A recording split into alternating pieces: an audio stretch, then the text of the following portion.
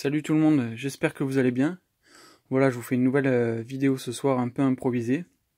Alors, comme vous le remarquez de suite là, sous vos yeux, vous avez en fait ma DRD bleue qui est presque entièrement démontée.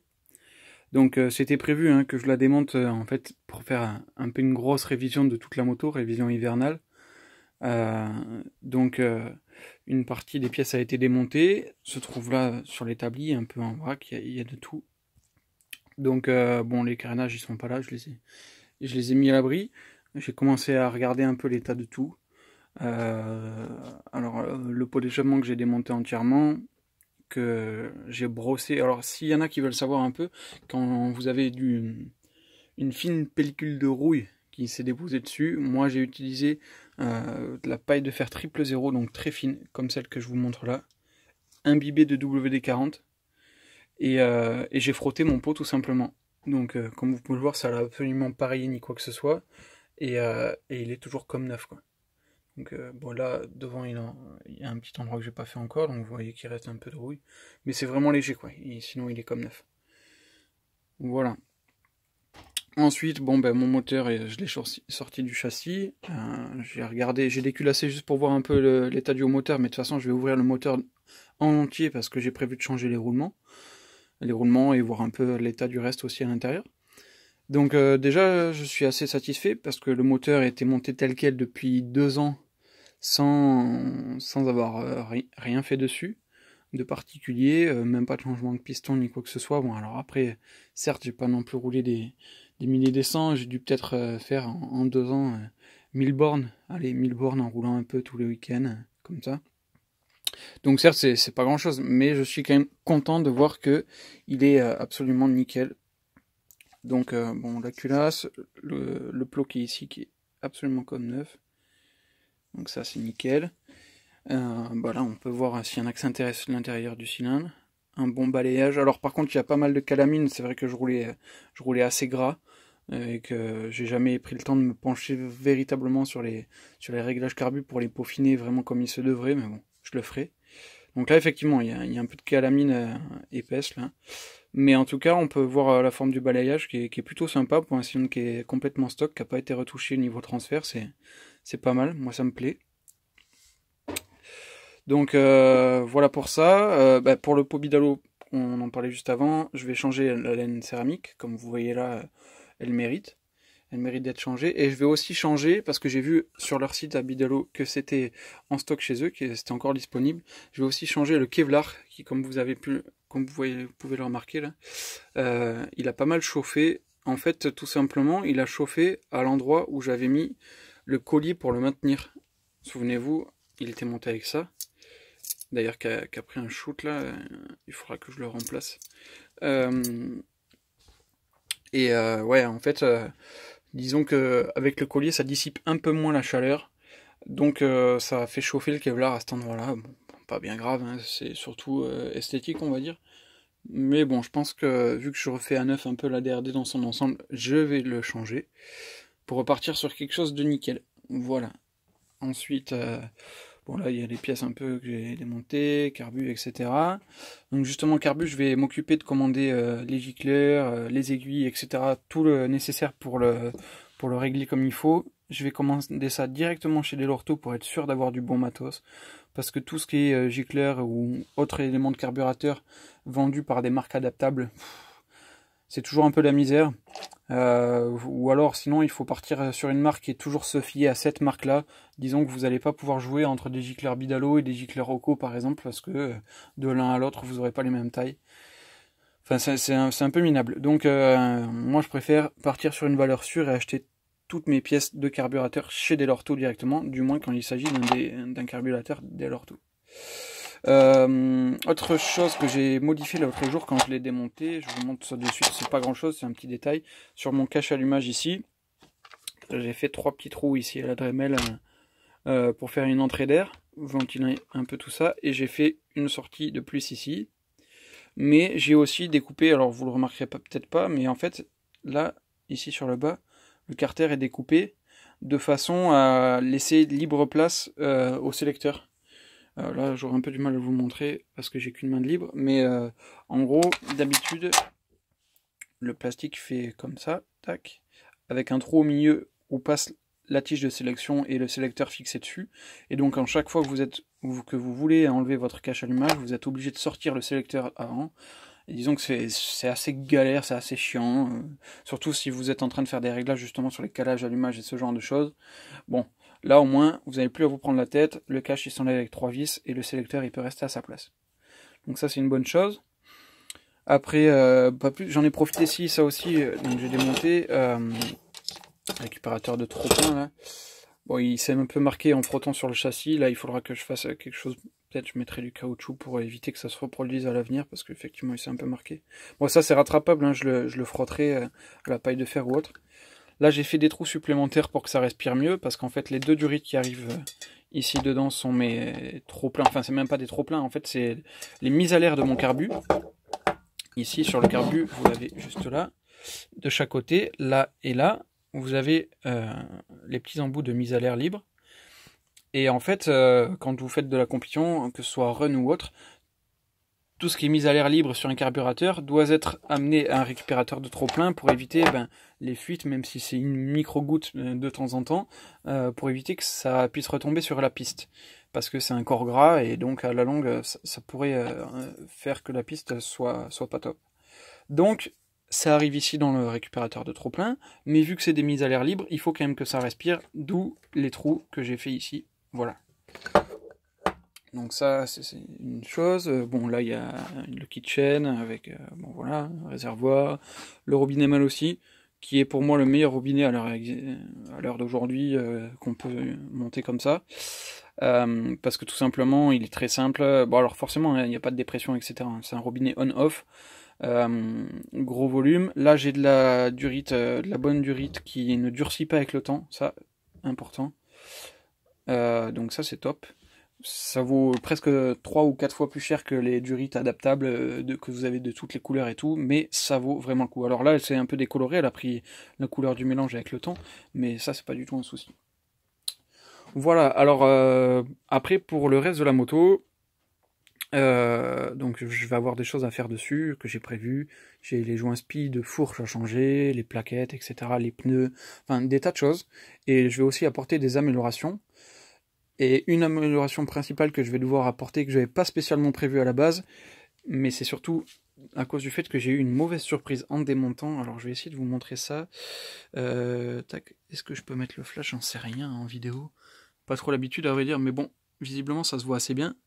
Comme vous pouvez le voir, le cadre juste à cet endroit-là, je l'ai vu en démontant, et bien il est complètement fissuré.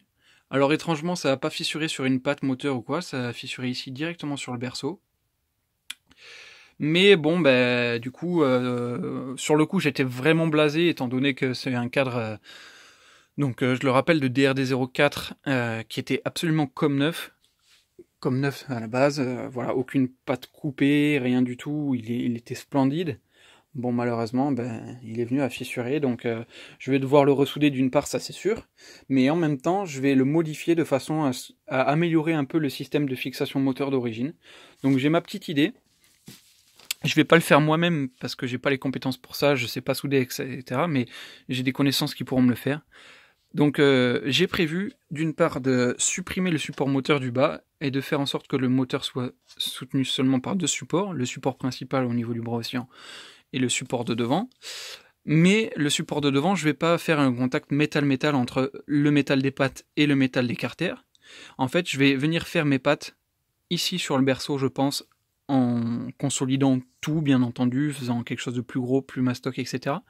Et utiliser la distance entre ma patte et mon carter pour mettre un silent block, quelque chose qui absorbe un maximum, en tout cas, les vibrations, parce qu'on sait déjà tous que c'est le point faible des derbies.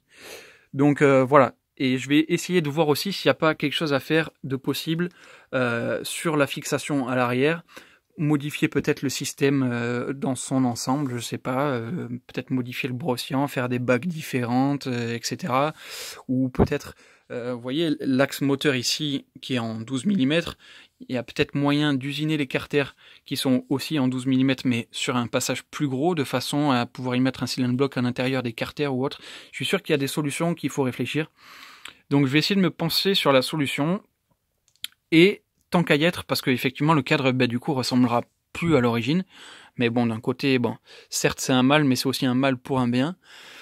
Et ben j'ai décidé, peut-être, je vais réfléchir un peu à tout ce qui existe en radiateur, mais de monter un double radiateur et de faire des modifications pour pouvoir tout monter, que ce soit hyper propre.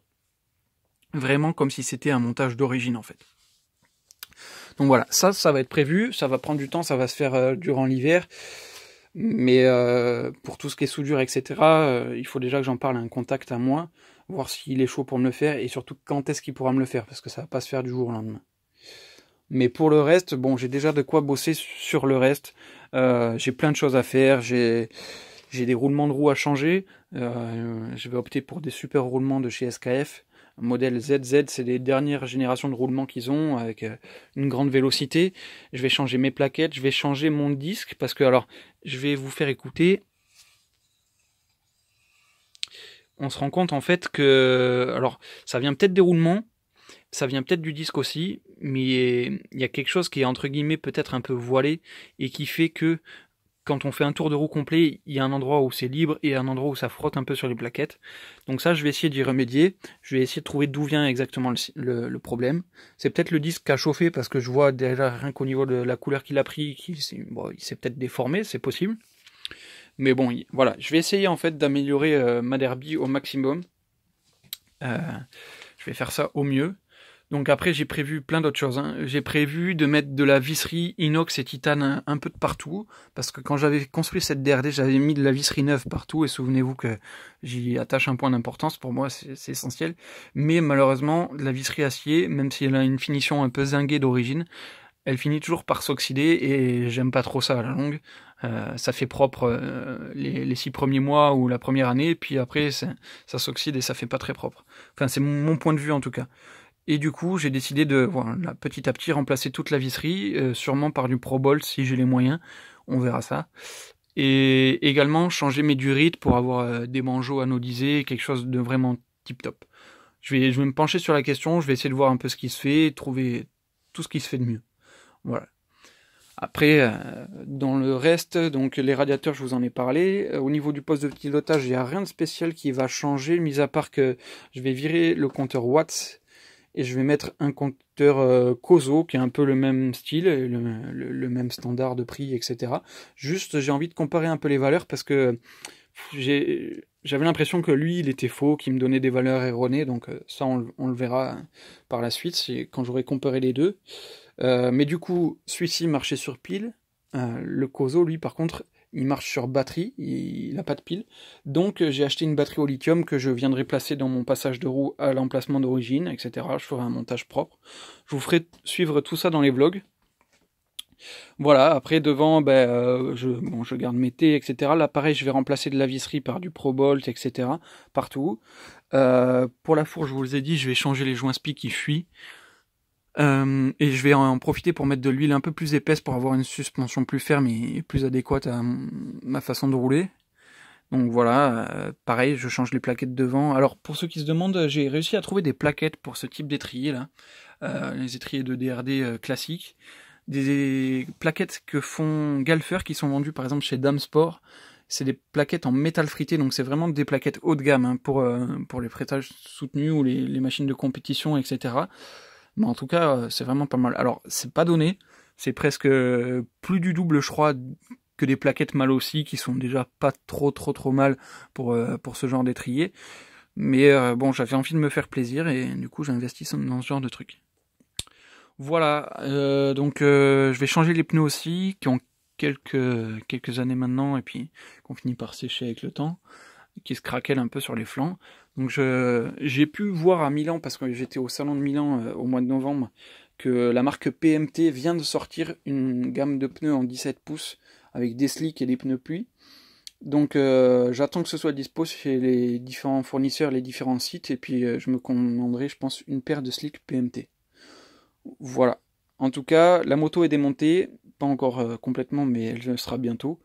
Et je vais profiter de cet hiver pour rassembler des pièces et la refaire vraiment au top du top. Elle était déjà très bien, mais j'ai quand même cette volonté de l'améliorer un maximum.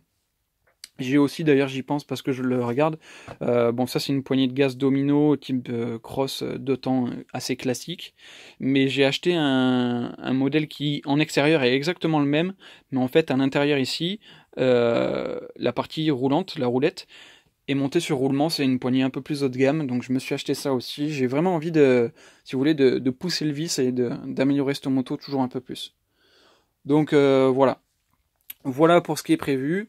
Donc ce vlog a été un peu plus long que ce que je fais d'habitude, mais je pense que ça vous plaira.